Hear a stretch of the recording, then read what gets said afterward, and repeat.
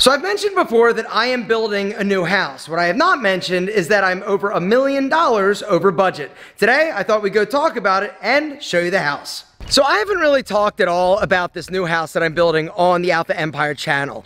You guys seem to be into real estate, and so I thought I'd actually show you and take you by the house that I'm building, talk a little bit about it, show you some renderings, just because it's interesting, and if you're into houses like I am, you're gonna dig it. So I've mentioned on the Alpha Empire channel that I am building a new house. It's my quote-unquote dream house, right?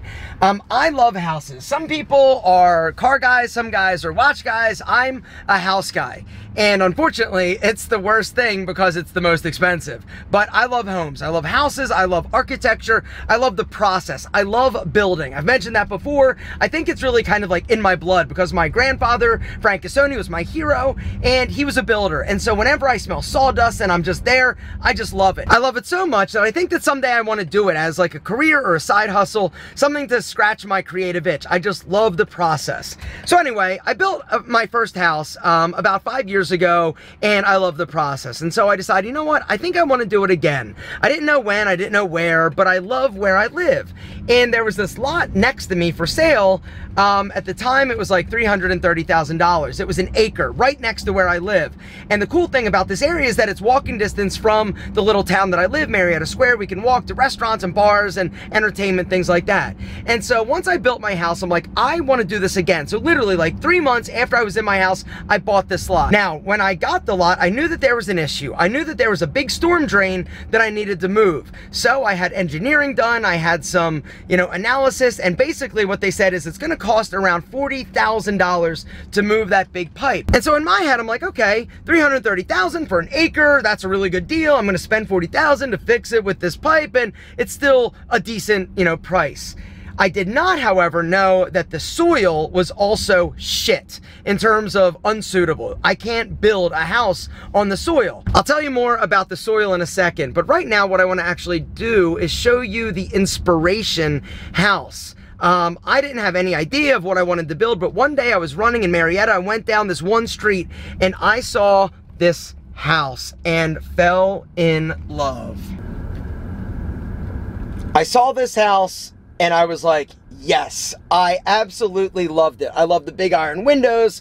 I love the painted brick. So I see this house and I'm like, that is the most beautiful thing I'd ever seen in my life. And I'm like, if I can do something like that, that's what I want to do, right? The other really cool thing about that house is that it's shaped like a U. It basically has like this courtyard in the back that has a pool. So the whole like main floor of the house opens up to this like gorgeous pool. And I'm like, that is incredible. So long story short, I cyber stalked that house. I find it on social media. I find the architect, I find the builder, and I decided, you know what, I want to hire that team. And so I met with the architect, we hired her and started the process. And literally it took about a year to get all the design details worked out. Lots of different changes, lots of different iterations. When I went to her, I said, hey, can I have that house? And she's like, no, we can't replicate that custom home, but we can make you one that's like super sexy and that you're gonna love. And so this is actually the renderings of what my house is going to look like. As you can see, it's very inspired by that other house. Brick, slate roof, big windows, sexy pool. This house is going to be amazing. And the coolest thing, all right, check it out. That's the house. You want to go over? Hey honey, what do you think about the new house? It's so great. No, seriously, what did you say when I said I wanted to build a house? You.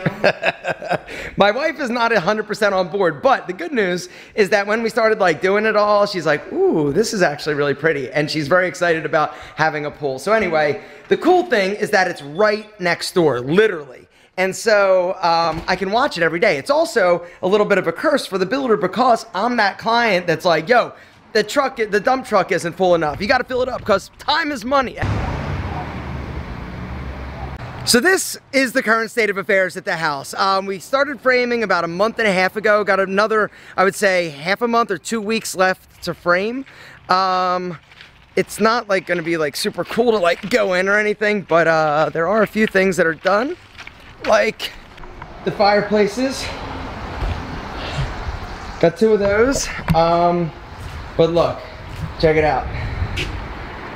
The whole house will open up to this beautiful pool looking through. There's gonna be like a little water feature out here. It rained last night, so lots of water on the floor, but the fireplaces are in. Now I'm in my living room, and this is kind of how you can see. That's gonna be my bedroom. There's another big window right there. There's gonna be like a water feature underneath the window that basically like pours out into the pool. The pool is gonna be in the center. Gonna plant lots of big things back there to block everybody. But yeah, it's awesome. And then this is the kitchen, living room, fireplace, big outside patio. It's awesome, but it's also crazy over budget. Doing a house tour in this state would suck, but what I can tell you about is something else that sucked, and that is all the extra expenses that I didn't know about going into this. The first expense was the pipe move. Like I said, there was a pipe running diagonally through this property. Now, when I bought it, they said that it was gonna cost around $40,000 to move the pipe. That actually changed to $180,000 to move that pipe. Now, let's talk about the soil. Once they moved the pipe, then it's like, okay, an engineer came out, they did a bunch of like soil samples, and they're like, no, this soil is crap. And the reason is because that pipe used to be like a little stream, and so they came and they backfilled all sorts of like dirt on top, but it was all like sandy, and you can't build on sandy soil. And so the option was A, remove all the dirt, or B, do helical piers, which are basically like big metal corkscrews that go down in the ground. They hit a specific like pressure, and then they cap it and tie in your foundation and your slab to that. But wait, there's more expenses. Lots more expenses that I did not know about or foresee when I got started with this project.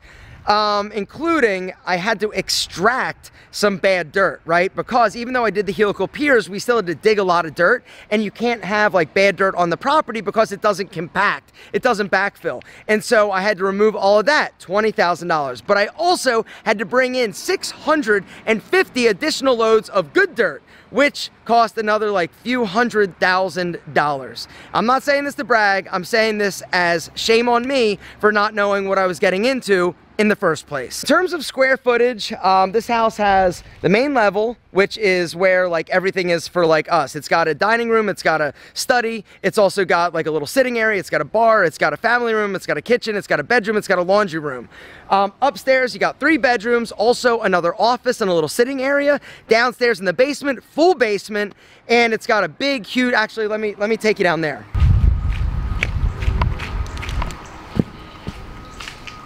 All right. All right, so this, you can't really see it. It's all wet and water because we're not dried in yet. And so it's about 1,200 square feet. This is gonna be my workout room, which I'm super excited about. It's gonna be cool. It's gonna have like glass and iron sort of wall right here. It's gonna be awesome. I've wanted a bigger fitness center. My house that I have now has a spare bedroom. It's got a little bit of equipment, but I want more. I also am really over going to Crunch Fitness. There are so many kids, it's so young, and it's really annoying. Another bathroom, hallway, spare bedroom down here. So total 5 bedrooms, including ours, 5 full baths, 2 half baths, and this is gonna be like my media room, sort of like the lounge. And then out here is gonna be just kind of like a little like seating area with like a fire pit. We're gonna stucco this big retaining wall, plant like vines and stuff to grow up there to make it sexy. We're gonna do a bunch of planting to basically put big trees up there to block everything. In terms of total square footage, I even have a tough time saying it. I'm actually embarrassed to say. The whole goal when I built this house was to make that courtyard. I wanted a house that was shaped like a U, right? But I didn't know how big it was. It wasn't until like 6 months down the process where I finally said to my architect, I go, well, how big is this house? And she's like, oh, it's around 10,000 square feet. I'm like, what? That's way too big. We need to make it smaller. And she was like, well, okay, but we're gonna make like the rooms smaller. You can't really make the house that much smaller and still maintain like functionality. And she's like, don't worry about the size. You'll get comfortable in it and all that. But it's really weird, honestly. It's bigger than I want, and I'm embarrassed about the fact that it's this big. I just wanted it to look a certain way. I didn't necessarily want like a big house. And I don't know, when people ask me, like, whenever somebody asks me like, oh, how big is that house? It looks huge. I'm like, no, it's an optical illusion. It's not as big. I'm getting dripped on. It's an optical illusion. And the fact is, it's not an optical illusion. It's a big house. But once landscaping goes in, and it'll get a lot softer. Once the brick goes up, a roof goes on, when it's big and like yellow wood, it looks humongous. But I'm excited about the process. Unfortunately, I had a budget meeting with my builder a few weeks ago, and we were going through like all the expenses and everything that we have coming up.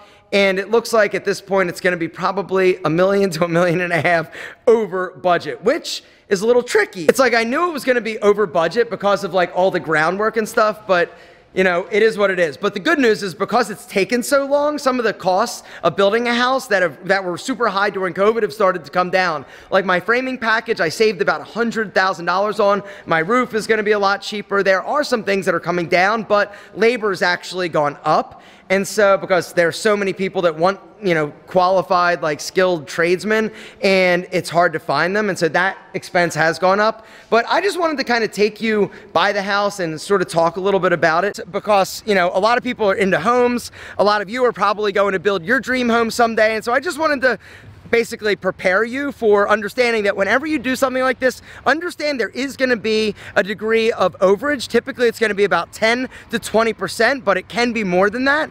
And when you get and run into issues, you can't really stop. As my builder likes to say, you're pregnant. So basically, like, there's no like stopping now. You got to keep going. But if you guys dug this, if you guys want more like house stuff as it sort of progresses and you want to see it, why don't you say down below, say, yo, Alpha, tell us more about you building your dream home. If not, no big deal. I just wanted to show you this because it's something I'm dealing with.